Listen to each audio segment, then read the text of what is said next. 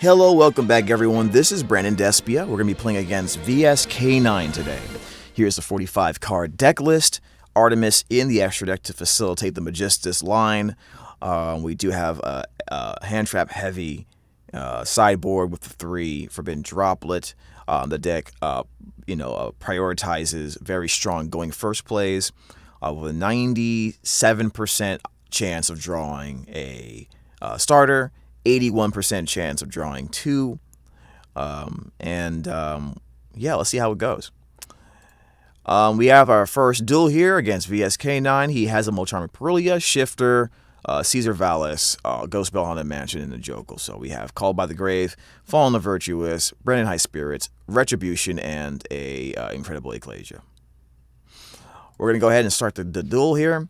We're going to start in the draw phase, activate the Brandon High Spirits. We use Call by the Grave to stop the Shifter he just played, then he used Ghost Bell to stop that. We chain with the Fallen and the Virtuous, and that's going to allow us to at least get something in the graveyard to do anything, anything during the end phase.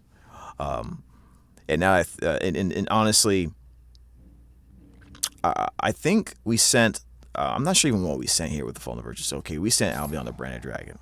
Very interesting. Alright, so all that happens. And then he plays the Parulia, so if we do normal sum, he gets to draw cards. Alright. So, I end up deciding not to play anything. At the time, I wasn't sure what I was playing against, but looking back on it now, Ghost Bell and Shifter in the main, I probably should have assumed this was VSK9. Because then I could have set the Retribution and he wouldn't have been able to normal summon the Jokel next turn. So that's also an issue there. I'll be on the Branded Dragon's effect activates. We're going to go ahead and add a Branded Fusion into our hand for the crackback. We're just going to sit here and hope we survive. He draws Ash Blossom, great, love to see that. Jokel activates its effect. He normal summons it without tributing. He gets an Izuna so he can play on my turn. Now, he can't really do much after that, so he just hit me for 2k and ends his turn. Now, I'm going to stop right here for a hot second. Now, the Izuna, if you guys remember, if your opponent activates a monster effect or in the hand or graveyard, so this is probably going to come out no matter what I do. I was thinking maybe in hindsight I should just normal summon the Ecclesia, but it really doesn't matter because, I could avoid graveyard effects if I wanted to, but I don't know. I just think I was just not paying attention to what I was playing here, but we're going to go ahead and get the Ecclesia out, special summon it, activate its effect, and get the Fall of the White Dragon. So Fall of the White Dragon is going to go ahead and grab the Ecclesia. Now, I wonder if instead of the Synchro play, if I should have went into the Fusion play so I can have the Branded Fusion live. That might be... Let me know what you guys think in the comments. We go into Ecclesia and the Dark Dragon. We activate its effect. We're going to banish that and get the Quem. Quem's going to activate its effect, and it's going to send a... It's going to send a Tri-Brigade Springen's Kit so we can special summon, probably one of the non-tuner monsters. Probably the Fall of the White Dragon for another Synchro play. And if that happens, then that's probably really good for us because he only has 3 cards in his hand. Springen's Kit, Izuna. It's going to special summon, and it's going to try to get the... okay, yeah, he goes for the Lupus there. Lupus activate its effect. Lupus going to go ahead and immediately go into a Jax. We use a Quem. Since he did special summon from the extra deck, we just want to get 2 bodies on the board for a Synchro summon at this point. He kills the Quem, but it's a little bit too late for that. Now, my question is, do you think he should have went for Jax here? What other options would you have gone for in this situation? I go ahead and get the Ecclesia from the graveyard using the Quem's effect. I'm sorry, yeah, with the Quem's effect. And we should be able to go into a Synchro here. I also special summon the Cartesia, since we have an Albaz on the field. And he just decides to surrender right there. Not sure. I mean, I think he may have made a mistake here, to be personally honest. Um, looking at his extra deck here. Looking at his extra deck, he probably had more. He probably. Ooh, what is this? Oh, that's Zeus. I have not seen that version of Zeus before. Huh, interesting. Yeah. What card would you think he should have gone into instead of the Jacks? I don't know. Um, maybe he should have went to Nash Knight, or could he have gone to Ripper? Let's see. I'm not really too sure. You guys let me know in the chat or in the comments. Game 2. He's going first. We do our siding. I bring in the Exoton Knight. I'm not sure if I bring it out this game though. He has the Baldrake. He has the Lupus. He has Dimensional Fissure, Snow Devil, and Chaotic Element. So he has his starter right here. I have Forbidden Droplet. I have Fallen of the White Dragon, Tri-Brigade, Springin's Kit, Luber, and Effect Veiler. So this Visure was so stupid. If he had Ash alongside that, I think Ash just game. But we do have a Luber, so we have an out through Branded Fusion. All right, begins the turn. Activates Dimensional Fissure. First things first, and Chaotic Elements. So let him get a Jokel into his hand, I see. Very nice. And since I have enough cards in my hand, he's going to go ahead and normal summon that card without tributing. Alright, and that lets him special summon the Lupus. Joker gets Noroi. Alright, gets the Noroi on the board again. Noroi's effect activates, gets himself a Lantern. So he has 4 level 5s on the board. And it also allows him to get the release restraint, so he can set that and increase interruptions. Goes into Ripper for a monster negate. Gets Case of K9. Alright. And he gets the Izuna off of the Case for K9 as well. Noroi's effect activates. Gets to look at my hand, gets to see what I have here. Sets 2 cards face down. Now, he set the Vanquish Soul Snow Devil. He has a Dark and he has a Earth in his hand. So what would he have been able to do?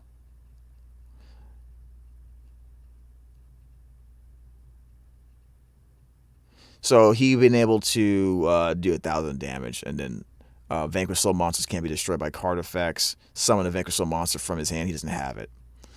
So I'm not sure why he set that, but probably just to as a bait of some sort. All right. Draw into our card. We get the Cartesia. Cool. We're not going to be able to special summon the Fallen of the White Dragon because we need to send a fusion to the graveyard. Thanks to Dimensional Fissure, we can't even do that. Effect Veiler, I don't think I can even use it here.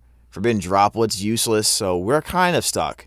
We really only have a Luber here, and he negates it, then, you know, it's over. But he did see the Droplet in my hand, so maybe, maybe we can get away with something. A Luber's effect activates. He does not negate it. For some reason, he does not negate it. Now, I'm pretty sure, and you guys can remind me about this because maybe I'm misunderstanding something. Droplet does not work under Dimensional Fissure because you have to send cards from your hand or field to the graveyard. And you can't send them to the graveyard because of Dimensional Fissure. So is he misunderstanding about me being able to use Droplet? Or am I wrong about what I just said and the Droplet could work in this scenario? I don't think it can at all. So I'm not sure why he didn't just Ripper this immediately and just win the game. All right, Branded Fusion. We send the bird. So this is why I love branded Despia. Dimensional Fissure off of Branded Fusion, we really can just chain block, and we can use the Mercurial to still make plays. So we have the Bestial Lubellion, the Lubellion Assyrian Dragon, made off of the Trial of the Mercurial and the Fallen of the White.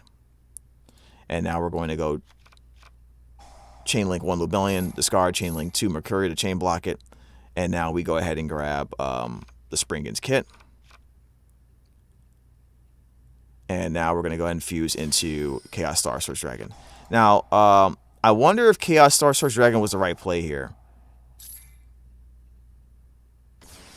Let me see something. I may...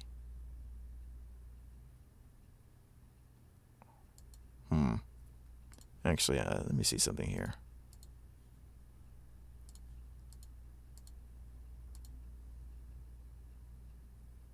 Yeah, detach the material from the card. Oh, wait. I was wrong.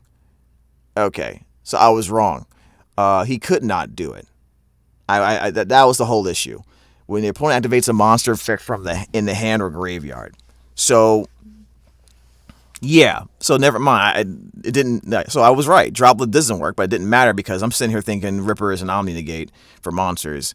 This match, and the whole time I was incorrect about this.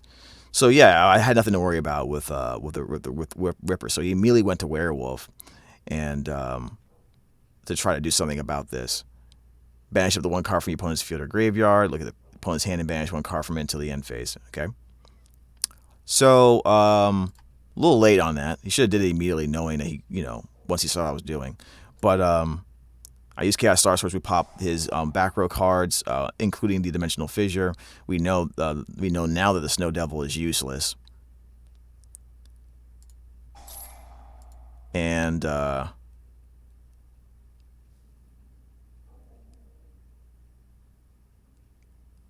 why did that happen?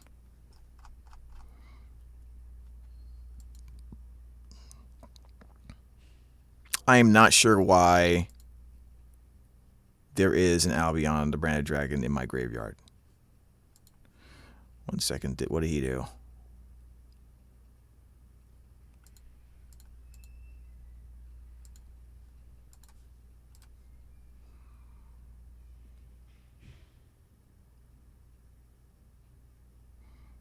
Yeah, I'm not sure why that happened.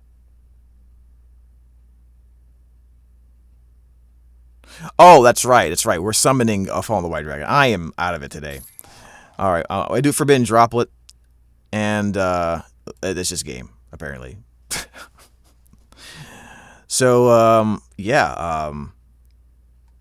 He really didn't have anything else after the Werewolf. Yeah,